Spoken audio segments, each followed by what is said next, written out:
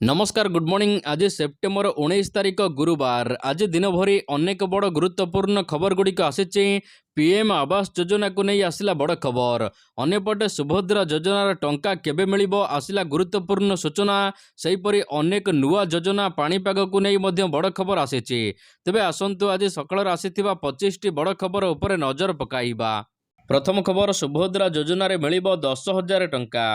जो महिला माने सुभद्रा योजनार टंका पाई नाहांती ए नहीं एक बड़ सूचना आसी। तेबे केउ मासरे मिलिबो जानंतु।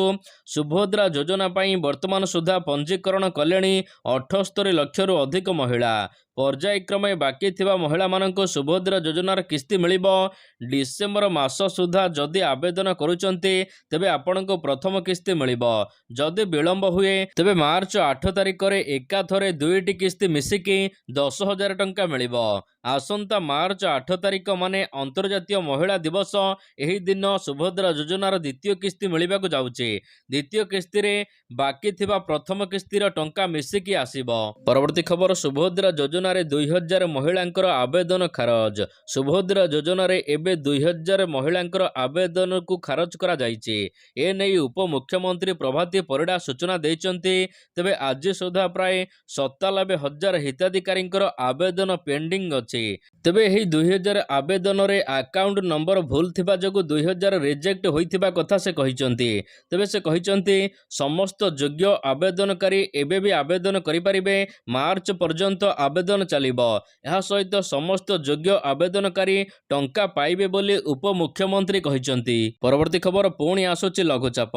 आसंता 23 तारिख बेलको बंगोपसागर रे आउ एक लघुचाप क्षेत्र सृष्टि हेबार संभावना रहिछि।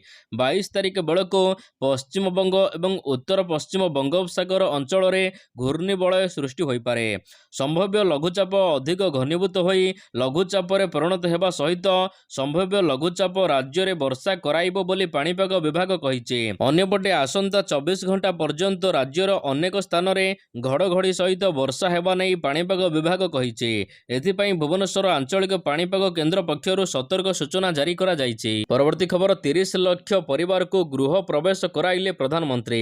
प्रधानमंत्री नरेंद्र मोदी मंगलवार दिन ओडिशा गस्तरे आसी देशर प्राय 30 लाख परिवार को गृह प्रवेश कराइचंती। एहा सहित 15 लाख नुआ हिताधिकारी को अनुमोदन पत्र प्रदान करा जाइछि। केंद्र सरकारंकर 100 दिनर समय मध्यरे 10 लाख रु अधिक हिताधिकारी मानकर बैंक अकाउंट को मंगलवार दिन टंका हस्तांतर करा जाइछि। परवर्ती खबर, मदुआ शिक्षक माने सावधान। मद पी स्कूल आसुथिबा शिक्षक माननकु सतर्क कराइले मंत्री। शिक्षकंक उपरे हेबो एणिकी कड़ा कार्यानुष्ठान। सेमानक विरोध रे विभाग नेबो कठोर कठोर पदक्षेप। सेहीपरि पिलांको स्कूल को नहीं जाउथिबा बस ड्राइवर जदि मद पी गाड़ी चलाउथिबे कार्यानुष्ठान ग्रहण करा जिवो। मद पी स्कूल आसुथिबा शिक्षक माननकु सतर्क कराइचंती मंत्री। परवर्ती खबर, मिलिबो चिटफंड टंका। खूब शीघ्र मिलिबो चिटफंड टंका। ए नहीं प्रेस मीट करी सूचना देइचंती भाजपा राज्य सभापति मनमोहन सामल। गणमाध्यम को सूचना देई मनमोहन कहिचंती चिटफंड क्षतिग्रस्त जमाकारी को खूब शीघ्र राज्य सरकार टंका फेराइबे। टंका फेरस्त को नहीं समस्त प्रक्रिया आरंभ हो सारिछि। से आहुरी मध्य कहिचंती चिटफंड टंका फेरस्त को नहीं प्रक्रिया आरंभ करा जाइछि। ए नहीं राज्य सरकार एक कमिटी गठन करिसंती। टंका फेरस्त को नहीं आईनगत तर्जमा करुछि कमिटी। खूब शीघ्र क्षतिग्रस्त जमाकारी को टंका फेराजिबो बोली मनमोहन स्पष्ट करिसंती। परवर्ती खबर, आज ओडिशार बीजेपी सरकार को पुरिला 100 दिन। देश रे बीजेपी नेतृत्वाधीन एनडीए सरकार 100 दिन पालन करिछि। एहार मध्य आज ओडिशार बीजेपी सरकार को मध्य 100 दिन पुरिछि। 100 दिन भितर राज्य सरकारंकर सफलता को नहीं राज्यवासी को रिपोर्ट कार्ड देबे सरकार। आज एथिपई पुरी रे राज्य स्तरीय कार्यक्रम कराजिबो। मुख्यमंत्री मोहन चरण माझी सहित मंत्रिमंडलर अन्य सदस्य माने रहिबे। तेबे 20 तारिख रु 23 तारिख पर्यंत जिला स्तर रे मध्य कार्यक्रम कराजिबो। एहार मध्य मुख्यमंत्री कहिचंती ओडिया अस्मिता पाई 200 कोटी टंकार पांठी गठन करा जाइछि। निर्माण श्रमिक मानकर मृत्युकालीन सहायता राशि वृद्धि करा जाइछि। चाषी को 3100 टंकार बोनस देबा को सरकार प्रतिश्रुति दैचंती। राज्य रे सुभद्रा योजना कार्यकारी होइछि। 1 कोटी रु अधिक महिला को 5 वर्ष रे 50,000 मिलिबो। एहा सहित 16,000 शिक्षक पदवी पूरण ପାଇଁ ନିଷ୍ପତ୍ତି ନେଇଛନ୍ତି ରାଜ୍ୟ ସରକାର। କେନ୍ଦ୍ରର ବିଜେପି ସରକାର ଓଡ଼ିଶାକୁ ଦେଉଥିବା ଆର୍ଥିକ ସହାୟତା ଏବଂ ଅନୁଦାନ ସମ୍ପର୍କରେ ଆଜି ତଥ୍ୟ ରଖିବେ ବିଜେପି ସଭାପତି ମନମୋହନ ସାମଲ। ପରବର୍ତ୍ତୀ ଖବର, ବାଲେଶ୍ୱର ଜିଲ୍ଲାରେ ବନ୍ୟା ସ୍ଥିତି ଉଦ୍ବେଗଜନକ କହିଲେ ମୁଖ୍ୟମନ୍ତ୍ରୀ। ମୁଖ୍ୟମନ୍ତ୍ରୀ ମୋହନ ଚରଣ ମାଝୀ ଗତକାଲି ବାଲେଶ୍ୱର ଜିଲ୍ଲାରେ ସୃଷ୍ଟି ହୋଇଥିବା ବନ୍ୟା ସ୍ଥିତି ଉପରେ ଅନୁଧ୍ୟାନ କରିଛନ୍ତି। ଆକାଶ ମାର୍ଗରୁ ବନ୍ୟା ସ୍ଥିତି ବୁଲି ଦେଖିଛନ୍ତି ମୁଖ୍ୟମନ୍ତ୍ରୀ। ତେବେ ବାଲେଶ୍ୱର ଜିଲ୍ଲାରେ ବନ୍ୟା ସ୍ଥିତି ଉଦ୍ବେଗଜନକ ରହିଛି ବୋଲି ମୁଖ୍ୟମନ୍ତ୍ରୀ କହିଛନ୍ତି। ଏହାଛଡ଼ା ସେ କହିଛନ୍ତି ଉପର ମୁଣ୍ଡରେ ପ୍ରବଳ ବର୍ଷା ଯୋଗୁଁ 3ଟି ନଦୀରେ ଜଳସ୍ତର ବୃଦ୍ଧି ପାଇଛି। ବାଲେଶ୍ୱର ଜିଲ୍ଲାର 6ଟି ବ୍ଲକର 8,000 ହେକ୍ଟର ଚାଷ ଜମି ଜଳମଗ୍ନ ହୋଇଛି। 3ଟି ବ୍ଲକର 35 ପଞ୍ଚାୟତର ଅଧିକ ପ୍ରଭାବିତ ହୋଇଛି।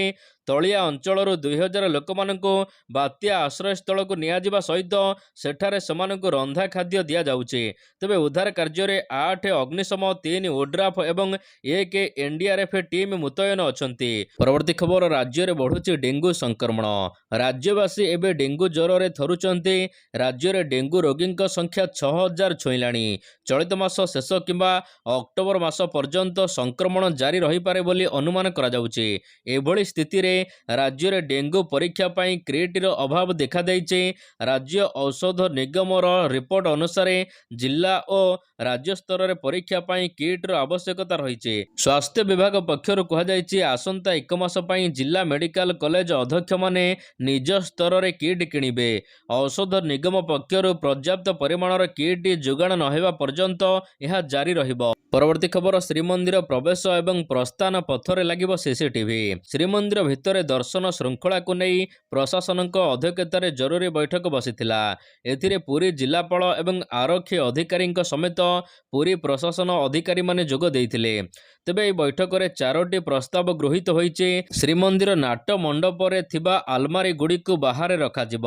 ଦର୍ଶନ ପାଇଁ ଧାର୍ଯ୍ୟ ପ୍ରମୁଖ ସ୍ଥାନ ତଥା ପ୍ରବେଶ ସ୍ଥାନ ପଥରେ ସିସିଟିଭି ଲଗାଯିବ। ଶ୍ରୀଜୀଉଙ୍କର ଦର୍ଶନ ପାଇଁ ଧାଡ଼ି ପ୍ରବେଶ ପଥରେ ସେଡର ବ୍ୟବସ୍ଥା କରାଯିବ। ପରବର୍ତ୍ତୀ ଖବର, ସୁଭଦ୍ରା ଟଙ୍କା ପାଇଁ ବ୍ୟାଙ୍କରେ ଲମ୍ବା ଲାଇନ। ସାରା ଓଡ଼ିଶାରେ ଏବେ ସୁଭଦ୍ରା ଚର୍ଚ୍ଚା। ଯୁଆଡ଼େ ଦେଖିବେ ସମସ୍ତଙ୍କ ମୁହଁରେ ସୁଭଦ୍ରା ଟଙ୍କା କାହିଁ ଆସିଲା ନାହିଁ ପ୍ରଶ୍ନ।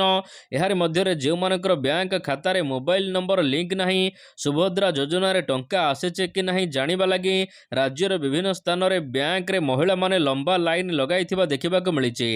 ଏହାରି ମଧ୍ୟରେ ଯାଜପୁର ବରୀ ଅଞ୍ଚଳରୁ ଏହି ଭିଡିଓ ଏବେ ସାମ୍ନାକୁ ଆସିଛି, ଯେଉଁଥିରେ ମହିଳାମାନେ ସିଢ଼ିରେ ଲମ୍ବା ଲାଇନ ଲଗାଇ ଛିଡ଼ା ହୋଇଛନ୍ତି ଦେଖିବାକୁ ମିଳିଛି।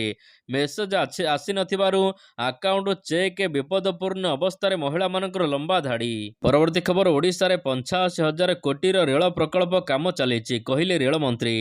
ପ୍ରଧାନମନ୍ତ୍ରୀ ନରେନ୍ଦ୍ର ମୋଦିଙ୍କ ତୃତୀୟ ପାଳି ସରକାର 100 ଦିନ ପୂରଣ କରିଛି। ଏହାରି ମଧ୍ୟରେ ରେଳମନ୍ତ୍ରୀ ଅଶ୍ୱିନୀ ବୈଷ୍ଣବ ଓଡ଼ିଶାକୁ କେତେ ଗୁରୁତ୍ୱ ଦିଆଯାଉଥିବା ସେ କହିଛନ୍ତି।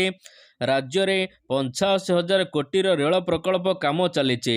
25,000 କୋଟିର ନୂଆ କାମକୁ ମଞ୍ଜୁରୀ ମିଳିଛି। ଆଗାମୀ ଦିନରେ ଦେଶରେ ବାହାନଗା ଭଳି ବଡ଼ ରେଳ ଦୁର୍ଘଟଣାକୁ ଏଡ଼ାଇବାକୁ ପ୍ୟାନେଲ ଡାଇରେକ୍ଟର ଡ୍ରାଇଭ୍ ବ୍ୟବସ୍ଥା କରାଯାଉଛି। ଏହା ସହିତ ଆସନ୍ତା 6 ବର୍ଷ ମଧ୍ୟରେ ସାରା ଦେଶରେ କବଚ ସିଷ୍ଟମ କାମ ସରିବ ବୋଲି ରେଳମନ୍ତ୍ରୀ କହିଛନ୍ତି। ସେ କହିଛନ୍ତି, ୟୁପିଏ ସରକାର ତୁଳନାରେ ମୋଦି ସରକାରଙ୍କ ସମୟରେ ରେଳ କ୍ଷେତ୍ରରେ ଓଡ଼ିଶାକୁ ଯଥେଷ୍ଟ ଅଧିକ ଅନୁଦାନ ମିଳୁଛି। ପରବର୍ତ୍ତୀ ଖବର, ଆସନ୍ତା 23ରେ ମୁଖ୍ୟମନ୍ତ୍ରୀଙ୍କ ଜନ ଅଭିଯୋଗ ଶୁଣାଣି। ମୁଖ୍ୟମନ୍ତ୍ରୀ ମୋହନ ଚରଣ ମାଝୀଙ୍କ ଜନ ଅଭିଯୋଗ ଶୁଣାଣି କାର୍ଯ୍ୟକ୍ରମ ଆସନ୍ତା 23 ତାରିଖ ସୋମବାର ଠାରୁ ଆରମ୍ଭ କରାଯାଉଛି। ଭୁବନେଶ୍ୱର ୟୁନିଟ୍ 5 ସ୍ଥିତ ମୁଖ୍ୟମନ୍ତ୍ରୀଙ୍କର ସରକାରୀ ବାସଭବନରେ ଏହି ଅଭିଯୋଗ ଶୁଣାଣି କରାଯିବ। ସାଧାରଣ ପ୍ରଶାସନ ଏବଂ ସାଧାରଣ ଅଭିଯୋଗ ବିଭାଗ ପକ୍ଷରୁ ଏନେଇ କୁହାଯାଇଛି। ଏଥିପାଇଁ ଅନଲାଇନ ପଞ୍ଜୀକରଣ ଆଜି ପୂର୍ବାହ୍ନ 11ଟାରୁ ଆରମ୍ଭ କରାଯାଉଛି। ସର୍ବସାଧାରଣ ଲୋକମାନେ ପଞ୍ଜୀକରଣ କରିବାକୁ janashunani.odisha.gov.in ଏହି ପୋର୍ଟାଲରେ କରିପାରିବେ ଆବେଦନ। ପରବର୍ତ୍ତୀ ଖବର, ଭୁବନେଶ୍ୱରରେ ହେବ ମା ସମଲେଶ୍ୱରୀ ମନ୍ଦିର। ଆଗାମୀ ଦିନରେ ରାଜଧାନୀ ଭୁବନେଶ୍ୱରରେ ମା ସମଲେଶ୍ୱରୀଙ୍କ ମନ୍ଦିର ପ୍ରତିଷ୍ଠା କରାଯିବା ପାଇଁ ଉଦ୍ୟମ କରାଯିବ ବୋଲି ରାଜସ୍ୱ ମନ୍ତ୍ରୀ ସୁରେଶ ପୂଜାରୀ ଓ ବିଧାନସଭାର ବିରୋଧୀ ଦଳର ଉପନେତା ପ୍ରସନ୍ନ ଆଚାର୍ଯ୍ୟ କହିଛନ୍ତି। ପରବର୍ତ୍ତୀ ଖବର, କୋଣାର୍କ ସୂର୍ଯ୍ୟ ମନ୍ଦିରରୁ ବାଲି କଢ଼ାଯିବ। କୋଣାର୍କ ସୂର୍ଯ୍ୟ ମନ୍ଦିରରେ ଏଏସ୍ଆଇ ଟିମ୍ ମନ୍ଦିର ସଂରକ୍ଷଣ ଏବଂ ଗର୍ଭଗୃହରୁ ବାଲି କାଢ଼ିବା ସ୍ଥିତିକୁ ନେଇ ଅନୁଧ୍ୟାନ କରିଛନ୍ତି ଏହି ଟିମ୍। ତେବେ ଏଏସ୍ଆଇ ଡିଜି ଜାହ୍ନବୀ ଶର୍ମାଙ୍କ ନେତୃତ୍ୱରେ ଏଏସ୍ଆଇ ଟିମ୍ ଅନୁଧ୍ୟାନ କରିଛନ୍ତି। ସୂଚନାରୁ ପ୍ରକାଶ ଯେ କୋଣାର୍କ ସୂର୍ଯ୍ୟ ମନ୍ଦିର ଗର୍ଭଗୃହରୁ ବାଲି କାଢ଼ିବା ପାଇଁ 3 ବର୍ଷ ସମୟ ଧାର୍ଯ୍ୟ ହୋଇଥିଲା। ତେବେ 2 ବର୍ଷ ବିତି ସାରିଛି। ବାଲି କାଢ଼ିବାକୁ ଅତ୍ୟାଧୁନିକ ମେସିନ୍ ଲଗାଯାଇଥିବା ବେଳେ ଏପର୍ଯ୍ୟନ୍ତ କାମ ଆରମ୍ଭ କରାଯାଇ ନାହିଁ। ଆଜି ଏଏସ୍ଆଇ ଟିମ୍ ଜାହ୍ନବୀ ଶର୍ମାଙ୍କ ନେତୃତ୍ୱରେ 6 ଜଣିଆ ଟିମ୍ ଏନେଇ ଅନୁଧ୍ୟାନ କରିଛନ୍ତି। ପରବର୍ତ୍ତୀ ଖବର 25 ତାରିଖ ସୁଦ୍ଧା ସରିବ ଶ୍ରୀମନ୍ଦିର ରତ୍ନଭଣ୍ଡାରର ସ୍କାନିଂ। ମହାପ୍ରଭୁ ଶ୍ରୀ ଜଗନ୍ନାଥଙ୍କର ରତ୍ନଭଣ୍ଡାର ବୁଧବାର ଦିନଠାରୁ ଲେଜର ସ୍କାନିଂ ଆରମ୍ଭ କରାଯାଇଛି। ଶ୍ରୀମନ୍ଦିର ମୁଖ୍ୟ ପ୍ରଶାସକ ଅରବିନ୍ଦ ପାଢ଼ୀ ଗଣମାଧ୍ୟମକୁ ଏନେଇ ସୂଚନା ଦେଇଛନ୍ତି। ବିଶେଷଜ୍ଞ ଟିମ୍ ସଦସ୍ୟମାନଙ୍କ ଦ୍ୱାରା ଶ୍ରୀମନ୍ଦିର ରତ୍ନଭଣ୍ଡାରର ଲେଜର ସ୍କାନିଂ କରାଯାଉଛି। ଏଏସ୍ଆଇ ଡିଜି ଜାହ୍ନବୀ ଶର୍ମାଙ୍କ ନେତୃତ୍ୱରେ ରତ୍ନଭଣ୍ଡାରର ଏବେ ଲେଜର ସ୍କାନିଂ କରାଯାଉଛି। 25 ତାରିଖରେ ଏହି ଲେଜର ସ୍କାନିଂ ସମାପ୍ତ ହେବ। ପରବର୍ତ୍ତୀ ଖବର ବଢ଼ିଲା ଖୁରାନିଆଙ୍କ କାର୍ଯ୍ୟକାଳ। ଗତକାଲି ଗୃହ ବିଭାଗ ପକ୍ଷରୁ ଜାରି ହୋଇଛି ବିଜ୍ଞପ୍ତି। ଏନେଇ ପୋଲିସ ଡିଜି ୱାଇବି ଖୁରାନିଆଙ୍କ କାର୍ଯ୍ୟକାଳକୁ ବଢ଼ାଯାଇଛି। ସର୍ବନିମ୍ନ 2 ବର୍ଷ ଅର୍ଥାତ୍ 2026 ଅଗଷ୍ଟ 16 ତାରିଖ ପର୍ଯ୍ୟନ୍ତ ରାଜ୍ୟ ସରକାର କାର୍ଯ୍ୟକାଳ ବୃଦ୍ଧି କରିଛନ୍ତି। 1990 ବ୍ୟାଚ୍ର ବରିଷ୍ଠ ଆଇପିଏସ୍ ଡିଜି ୱାଇବି ଖୁରାନିଆଙ୍କ ସର୍ବନିମ୍ନ କାର୍ଯ୍ୟକାଳ ବୃଦ୍ଧି କଲେ ରାଜ୍ୟ ସରକାର। ପରବର୍ତ୍ତୀ ଖବର ଡାକ୍ତରଙ୍କୁ ସୁରକ୍ଷା ଦେବେ ସରକାର। ଡାକ୍ତର, ଛାତ୍ର ଏବଂ ସ୍ୱାସ୍ଥ୍ୟ କର୍ମୀମାନଙ୍କ ପାଇଁ ନୂଆ ଗାଇଡଲାଇନ୍ ଜାରି କରିଛନ୍ତି ରାଜ୍ୟ ସରକାର। ସମସ୍ତ ସ୍ୱାସ୍ଥ୍ୟ କେନ୍ଦ୍ରରେ ସୁରକ୍ଷା ବ୍ୟବସ୍ଥା କଡ଼ାକଡ଼ି କରାଯିବ। କର୍ମଚାରୀମାନଙ୍କ ପାଇଁ ପରିଚୟପତ୍ର, ଡ୍ରେସ୍ କୋଡ୍ ଜରୁରୀ। ଏହା ସହିତ ଇନଡୋର ରୋଗୀଙ୍କ ସହାୟକଙ୍କ ପାଇଁ ପାସ୍ ଆବଶ୍ୟକ। ଏହା ସହିତ ସବୁ ଓପିଡିରେ ଉଭୟ ପୁରୁଷ ଏବଂ ମହିଳା ସୁରକ୍ଷା କର୍ମୀ ରହିବେ। ହସ୍ପିଟାଲର ପ୍ରମୁଖ ସ୍ଥାନମାନଙ୍କରେ ସିସିଟିଭି ବାଧ୍ୟତାମୂଳକ। ସୁରକ୍ଷା କର୍ମୀମାନଙ୍କ ପାଇଁ ଏକ କଣ୍ଟ୍ରୋଲ ରୁମ୍ ମଧ୍ୟ ରହିବ। ମହିଳା ଡାକ୍ତର ଏବଂ କର୍ମଚାରୀଙ୍କୁ ସୁରକ୍ଷା ବ୍ୟବସ୍ଥା ସହିତ ଘରେ ଛଡ଼ାଯିବ। ପରବର୍ତ୍ତୀ ଖବର ବରିଷ୍ଠ ନାଗରିକଙ୍କୁ ମିଳିବ 6,000 ଟଙ୍କା ପେନ୍ସନ୍। କଂଗ୍ରେସ ଅଧ୍ୟକ୍ଷ ମଲ୍ଲିକାର୍ଜୁନ ଖଡ଼ଗେ ବୁଧବାର ଦିନ ଦିଲ୍ଲୀର ଏଆଇସିସି କାର୍ଯ୍ୟାଳୟରେ ହରିୟାଣା ବିଧାନସଭା ନିର୍ବାଚନ ପାଇଁ ଦଳର ଗ୍ୟାରେଣ୍ଟି ଘୋଷଣା କରିଛନ୍ତି। ତେବେ ଦଳ ପକ୍ଷରୁ କୁହାଯାଇଛି କି ହରିୟାଣାରେ କଂଗ୍ରେସ ସରକାରକୁ ଆସିଲେ ସମସ୍ତ ମହିଳାମାନଙ୍କୁ ମାସକୁ 2,000 ଟଙ୍କା, 18ରୁ 60 ବର୍ଷ ବୟସ୍କ ମହିଳାମାନଙ୍କୁ ମିଳିବ। 500 ଟଙ୍କାରେ ଗ୍ୟାସ୍ ସିଲିଣ୍ଡର ମିଳିବ। ଏହା ସହିତ ବୃଦ୍ଧ, ଭିନ୍ନକ୍ଷମ ଏବଂ ବିଧବାମାନଙ୍କୁ 6,000 ଟଙ୍କା ପେନ୍ସନ୍ ମିଳିବ।